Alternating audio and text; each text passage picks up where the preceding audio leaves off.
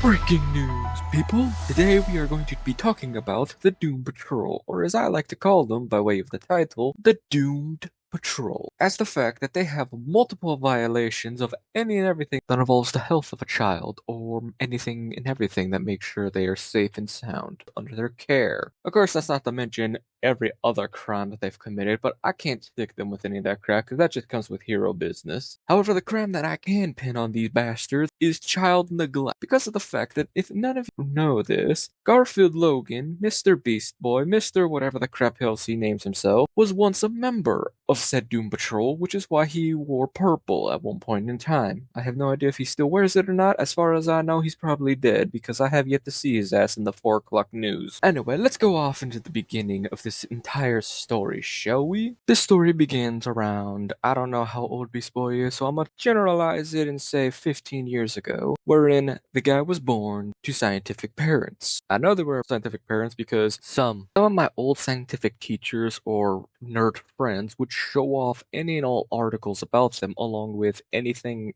that involve them in the local news. Now, the reason I want you all to know this is because of the fact I want to give a timetable of events, seeing as how Beast Boy has green skin and is able to turn into any and all different animal life forms. Whether that's because his parents did something to make him this way, or he got a blood transfusion from a Martian or some other creature that can do this crap, I can honestly not say, as I was not present for any of those events. Besides, Garfield Logan wasn't involved in any news except for his birth, this event, and when he made news as his parents died. He got turned over to his uncle. Now, the reason I give this is because I want to establish a timetable of events of this House of Mouse, because of the fact that his uncle proceeded to immediately start stealing every single penny of life insurance policy that his parents had. And if that wasn't bad enough, I'm fairly certain he tried to kill his own nephew. Now, do I know this for a fact? No, but seeing as how he has life in prison, something had to have happened.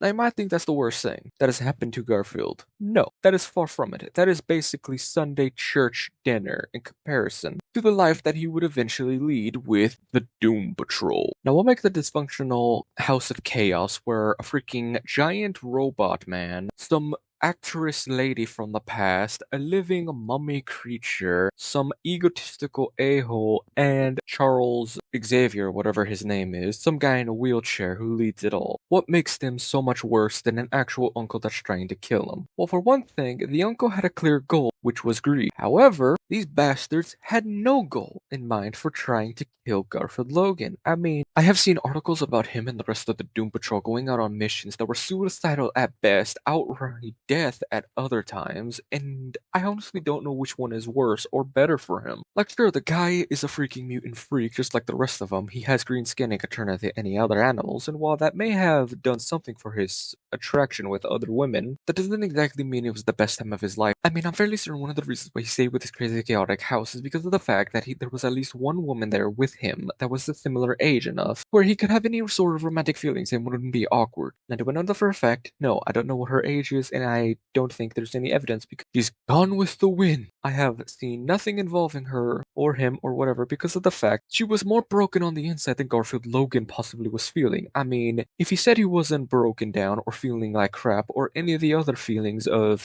when your parents are dead and your uncle tries to kill you, then that's a total load of BS that he's just trying to tell everyone else. I mean, the richest man on Earth, or at least one of the richest men on Earth, freaking Bruce Wayne, saw both of his parents get capped in the head right in front of him, and this man still to this day proceeds to have immense trauma to the point where he slaps their names on any charitable events that he could ever possibly do, like he's going to the local strip club and making it rain. Which ironically brings us to today's sponsor of the video, Wayne Enterprises Computer Extravaganza. The Wayne Enterprises Thomas and Martha Wayne branded celebrity raffle or whatever, wherein Wayne Enterprises is proceeding to give 10 lucky people a brand new computer built by Wayne Enterprises, along with basically the golden damn ticket for Willy Wonka's Funhouse, except for with any celebrity of your choice. Now, to me, this sounds like a good deal because of the fact that you get a grade A computer that may or may not be spying on you, along with the ability to hang out with Dwayne The Rock Johnson, Kevin Hart, or any other celebrity of your choice. Or heck, you could even ask James Gunn why the heck he started to do autobiographies of all the superheroes of this world. Now, the way to proceed to do with this thing is to actually go to Gotham City and proceed to look for the golden tickets. Yes, they actually exist. Once all the tickets have been found, Bruce Wayne will tell everybody sadly that the event has been ended and that he hopes everybody has better luck next time. For privacy reasons, he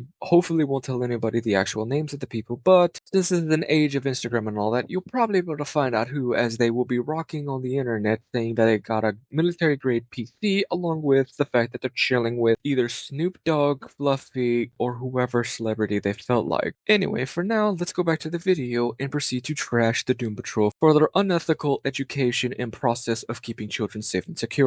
Or at least that's what I would like to do, but seeing as how Garfield Logan wasn't officially part of the Doom Patrol, heavy quotation marks in the officially, I can't really say anything else than anything that had to do with him on the news was I reports at the very least, if anything at that. About 5 or so years later, I bet the fact that Beast Boy has apparently been involved with the team called the Teen Titans, along with Robin of all people, because of the fact that it's surprising to me since I thought he couldn't leave Gotham City or anywhere near Batman's vicinity without, combusting into flames or returning to hell or whatever, seeing as how I'm fairly certain he's an immortal being of demonic origin. Now, if you want to hear more about the fact of what I think Robin or the Teen Titans are like, let me know in the comments below and I will eventually get to that. But for now, let's get on to the Doom Patrol and actually the stuff that matters with everything that they have actually done that is a sin against the Beast Boy in nature. To start off with, I'm fairly certain Beast Boy has pushed his powers to the limits as he turned into a freaking dinosaur. Now, for those of you who have absolutely no idea, dinosaurs are dead. Spoiler alert. And the fact that he turned into one means he had to put severe strain on himself. Do I know this for a fact? No. I'm just purely guessing since how the crap could he get any sort of DNA or replicate anything of an actual living animal if he had to go based upon dinosaur bones, since everything else is dead unless you want to go full Jurassic on this shit. Another thing is, it is definitely not healthy to surround yourself with a robot man, a game mummy, somebody who lives in the 80s, a freaking wheelchair man, and a guy who's more egotistical than Lex Luthor. I mean, he is my savior, but let's be honest. The guy has named damn near everything after himself. Making matters worse, the genius guy that I told you about, I'm fairly certain he abused the shit out of Garfield Logan just like his uncle, seeing as how he was known to be very jealous since I have multiple reports on TMZ magazines and other such articles about how much he wanted the freaking Miss Amazing or whatever her name was, and she just wouldn't give him the time of day. Making matters even worse is the fact that he has probably seen a lot more death that he feels like he is responsible for, seeing as how he is a superhero and all of that, meaning this guy has severe PTSD, survivor's guilt, among many other things, because I am not knowledgeable about anything that involves psychological issues, but I have seen enough movies to know what PTSD and survivor's guilt at least looks like or sounds like. Also, I'm fairly certain his viewpoint on money is completely screwed, seeing as how he went from having nothing to having everything to proceeding to live in a mansion, and who the heck knows where he is now with the Teen Titans, if he's even still part of that group, seeing as how their leader probably went back to hell or Batman. What I am saying is the fact that Garfield Logan is screwed mentally forevermore, as he is most definitely hearing the constant pounding of the heart